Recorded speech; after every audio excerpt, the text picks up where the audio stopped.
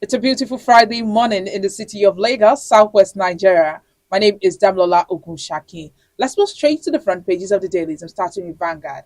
Vanguard is leading with Naira notes scarcity hurting Nigerians. That's coming from Fashola and AHMED. Policy must be reviewed. Fashola is saying that Buhari unhappy over Naira redesign hardship. It's coming from Ahmed, says initial hardship necessary for economy. Presidential candidates and owners not affected. That's coming from Kwangwanso. Viral video shows terrorists brandishing words of new notes. CBN direct banks to pay redesigned Naira notes over the counter. Also, limit payment to 20,000 Naira per day to join police, other agencies in prosecuting note sellers. You can see that story on page 5.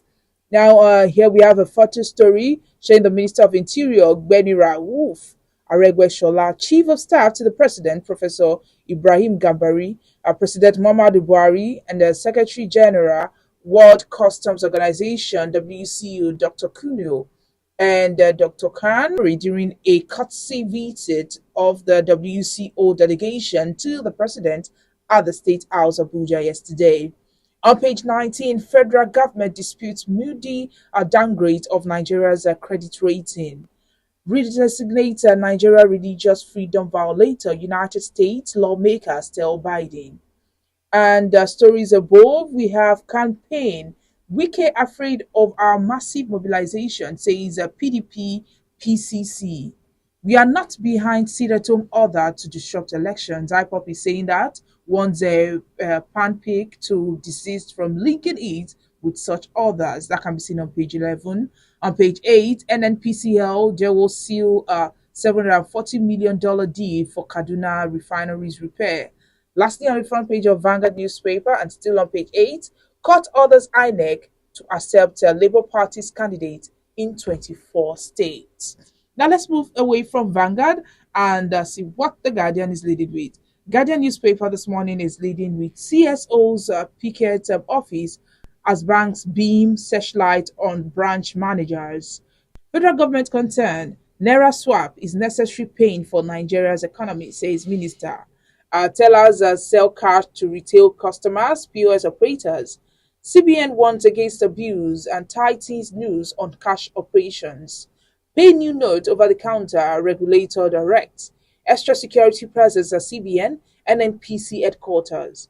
Protests in Lagos over new Naira notes at banks' head offices. You can see that story on page 6. 2023 elections, our ruling parties frustrate opposition campaign in states. INEC insists election will not be postponed. Also, NNPC denies plot to frustrate polls. Abuja Kaduna Refinery contract. You can see these stories on pages 6, 3, 4, and 5. Stories above, Afenifere Middle Belt Forum, Pandef or Aneze Unite, back Peter Obi.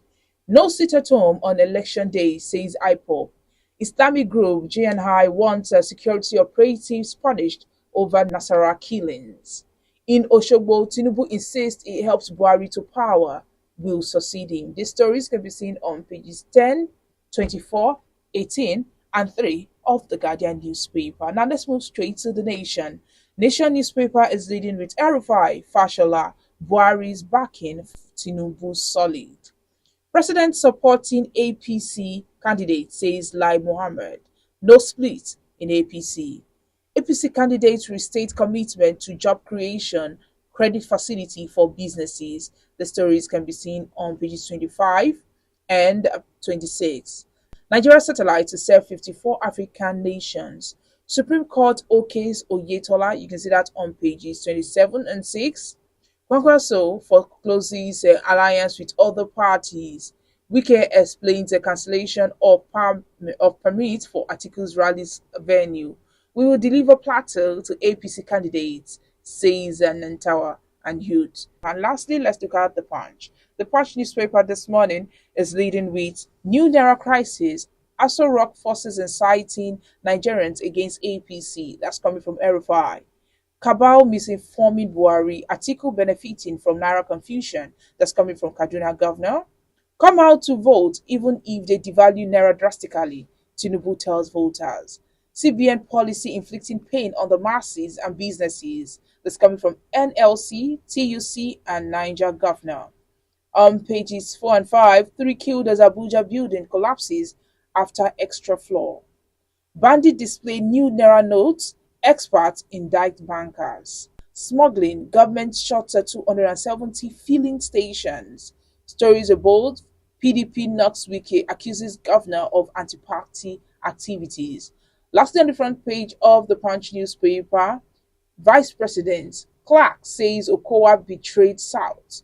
Governor protest. You can see that story on the front page of the Punch newspaper. And that's all we have on the front pages of the dailies this morning. Join me after the break for the analysis.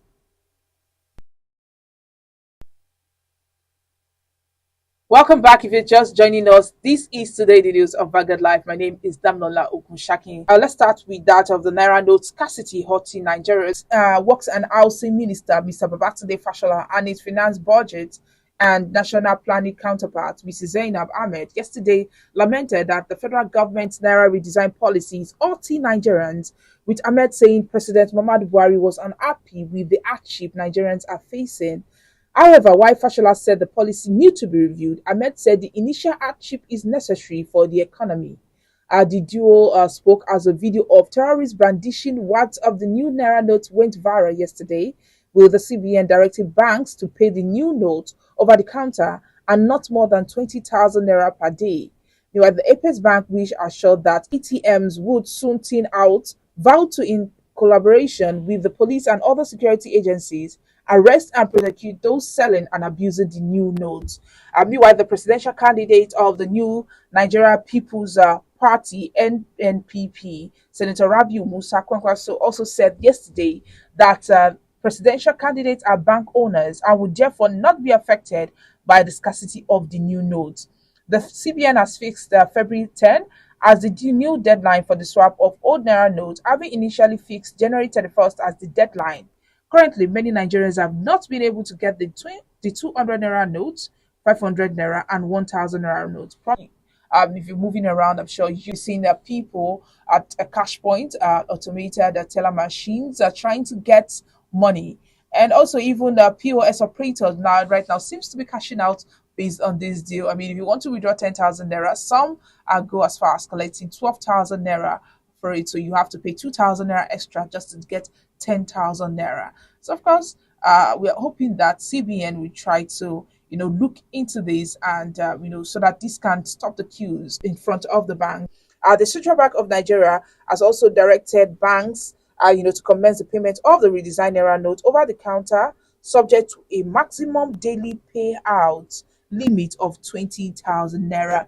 Now, let's move away from that and talk about NNPCL. And now, the Nigerian National Petroleum Company Limited, NNPCL, yesterday signed a contract worth $740.6 million with South Korean firm Daewoo E&C for the repairs of Kaduna Refinery, tagged maintenance service for quick fix for Kaduna Refinery and Petrochemical Company Limited. The deal is expected to restore the refinery to 60% of its other than 10,000 Naira barrels per day nameplates. Speaking at the contract signing ceremony in Abuja, the group CEO NNPC Limited, Mr. Mele Kyari, said Nigeria aimed to be self-sufficient in the refining of petroleum products before the end of the year. Kyari described Daewoo, which is also the contractor for the rehabilitation of the Warri Refinery, as a reliable business partner, pledging the support of the federal government for the timely completion of the contract. We are giving a breakdown of the contract. The Executive Vice President Downstream, NNPCL Limited, Engineer Adeyemi Adetunji, disclosed that NNPCL will be funding the contract using a combination of internally generated revenue and third-party financing. Adetunji explained that the quick fix strategy guaranteed the fast route restreaming the refineries, adding that restoring WRPC, that's Warri Refinery and Petrochemical Company, and KRPC back to operation will guarantee energy security for the country, reduce dependence on imported petroleum products in view of near total dependence on supply of imported petroleum products, and the impact the ongoing Russian-Ukraine war is having on global supply. Meanwhile, on the state of repair works on the Port Harcourt and Warri refineries, it said the rehabilitation of PHRC has progressed considerably. That the road refinery is currently at 64% completion, and the plant is expected back in operation in second quarter of 2023, while the entire PHRC rehabilitation project currently stand at about 59%. In a brief remark, the South Korean ambassador to Nigeria, Mr. Kim Yong Chae, said both countries enjoy good business relations, adding that his country was seeking to be involved in business opportunity in the northern part of Nigeria, having operated largely in coastal states. And of course, that's the NNPCL, and we hope this deal will also be able to stop the long queues in front of filling stations and, of course, the fuel scarcity. Let's talk about IPoB. The indigenous people of Biafra yesterday said it has not given any directive to the people of the southeast and the entire Igbo to boycott the forthcoming general elections or observe sit-at-home on the days of elections. The Pro-Biafra group also disclosed that it has no plan or intention to order any sit-at-home during the election period and warned a group it called Pan-Nigeria President of Igbo Extraction Coalition, PAMPIG, to desist from linking IPoB with what it also called state-sponsored criminal gang issuing and enforcing sit-at-home orders to blackmail IPoB and Eastern Security Network (ESN). A statement by IPoB's image maker Ima Powerful said it has never forcefully obstructed the election process in Nigeria and does not intend to do so with regard to the forthcoming general elections in Nigeria. So that's what IPoB is saying. They're not telling Eastern people to sit at home during the election, and their only interest is the release of their leader, Nnamdi Kanu. Now, let's end this on a lighter note with Mr. and Mrs. this morning. And the first person speaking is Mrs. She says, you need to see how people respected me at the market today. I felt on top of the world. Someone even addressed me as First Lady because I paid for all the things I bought with new Naira notes. The landlord's wife was there staring at me with her mouth open.